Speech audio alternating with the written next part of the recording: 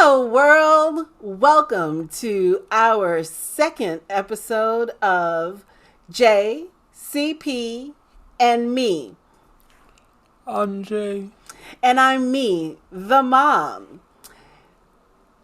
This week, we will be delving deeper in our questions from episode 1 of Who Are We? I hope you all enjoyed our first episode and, getting to know us just a little bit. Today, Jay and I will try to get to know each other a little bit more, and hopefully, this is as exciting as the first one. So, as we begin, again, this is Jay, Andre. CP, and me. And I'm me, the mom. Love without a limits. And oops, grandma's in the background.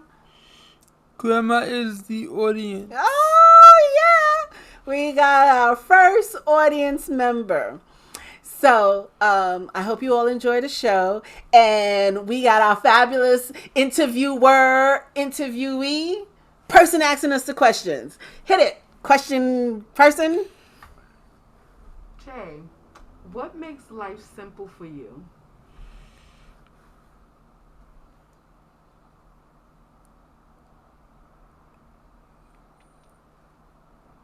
Uh, it's simple because my life is simple because nobody's laughing at me or judging me. Okay, is walking important to you? It was when I was a baby If so, why?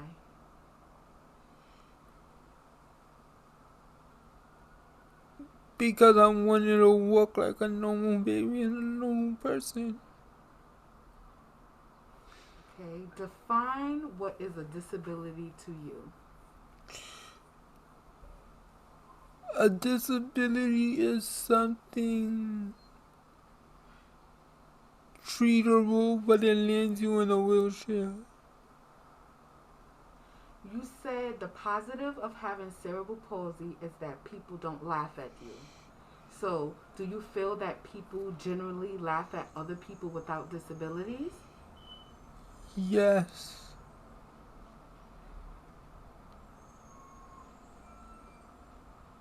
In the previous video, you said that the negative of having depression kicks in. Can you tell us anything about your depression?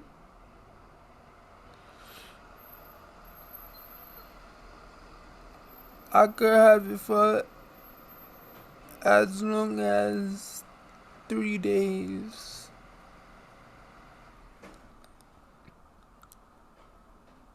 And it makes me moody and not want to do the things I love. Okay, what would be your job as the superhero? To make sure nobody's in danger in the community. Okay, thank you. Ooh, you yet again, my guy, answered some fabulous questions with some fabulous response. My turn now. What were the things that the doctor said that caused you to be scared and depressed? So, when the doctors diagnosed Jaquan with cerebral palsy, they said that Jaquan would not walk, would not talk, would really be a burden to me, and that I would have to understand that, and that was quite unfair. Like, there are burdens in society each and every day. And to tell a mom that their child is going to be a burden to society is not fair, because those words limit your child's potential and your ability to love your child. And so this is why we are love without a limit, right? Because there is no limitation in what we bring to the table as parents, as friends, and especially once you get to know people. It's really, really important to not let stigmas or words that people say hold you hostage on who you can become. What made it hard for you with having a child with a disability? Um, Dealing with a child with a disability, because there's no manual for any child. But when you have a child with disability, there are a lot more hurdles that you have to jump through, a lot more unknowns, and there are very few people in the community that you can talk to about issues, because everyone's issue is not the same. And even when you look into a cerebral palsy community, it is hard to really find common grounds. And yes, there are beautiful parents out here doing a great job raising their children, but it is quite difficult finding people who will really understand what you're experiencing and the things that you're going through. What do you enjoy about your victory on raising Jaquan? What do I enjoy? I think for now I enjoy the fight, fight, fight. I'm constantly,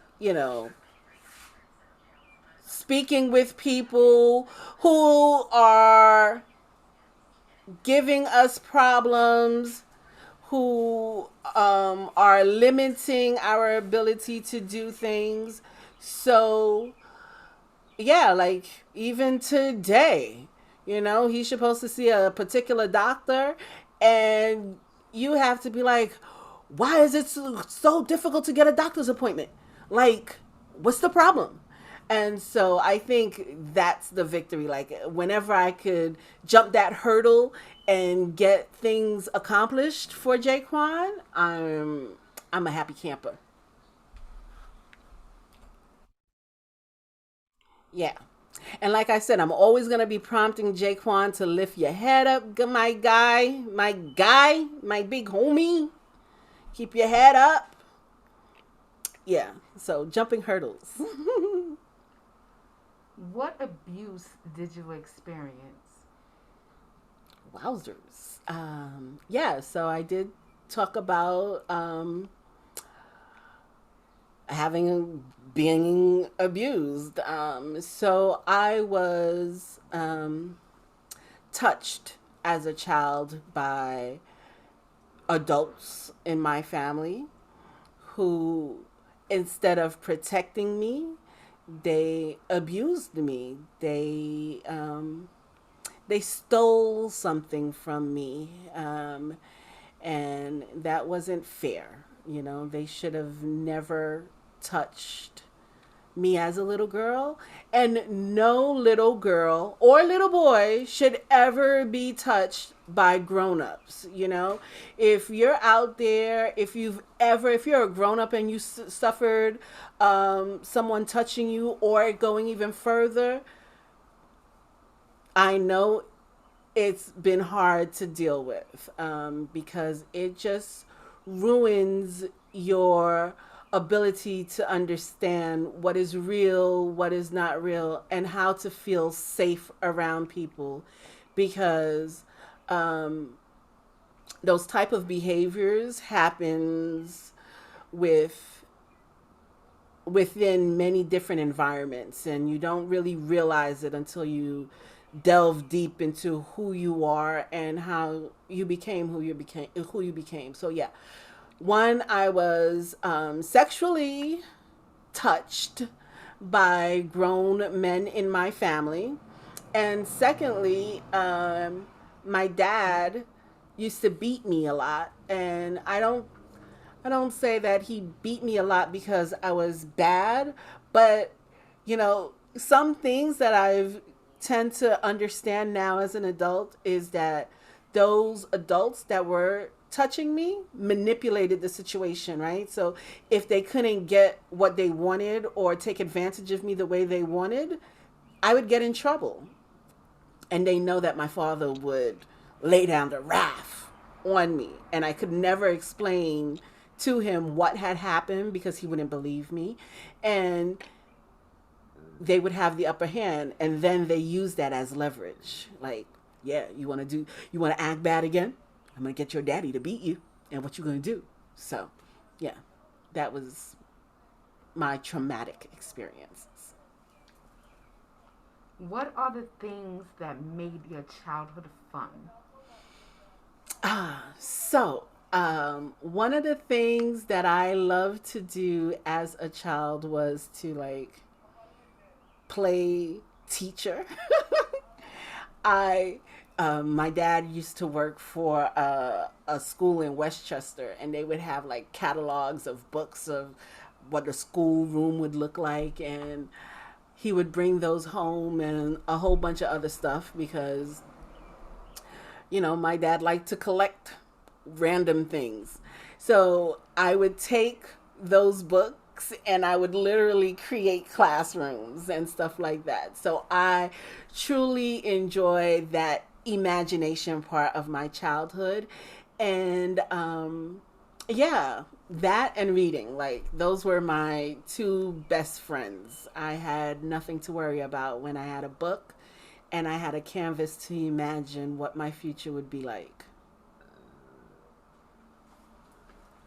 What experience you had that caused the mistake you made, and what did you learn from it? Mistake? What mistake did I make? What mistake are you referring to?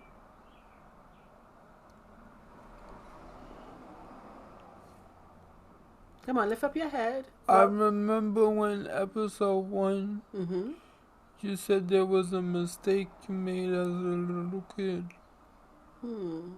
I said I made a mistake as a little kid. Do you remember?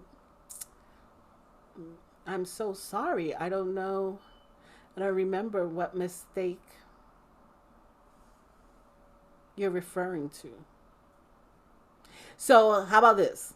How about we hold off that question to episode 3, and we'll do episode 3 next week so that we don't forget. And I'll know what mistake Jaquan is referring to so that I could answer it correctly for him. Okay? Okay. Jay, what is your favorite type of music? Oh, so these are audience questions, right? So this section is audience questions. And so they ask your favorite type of music. Rock music. Rock music. I want to rock. Do you want to know? Aww. It was great seeing you all again today because this is Jay. I'm Jay. And me, CP, and me, Love Without a Limits. Thank you all for listening to us again. We probably rambled a little bit, but just bear with us. We're getting a hang of this, right? We're getting a hang of doing what? Doing episodes. Doing episodes. All right. Thank you, everyone. Have a great and fabulous week, year, wherever you are hearing us. We'll see you again soon.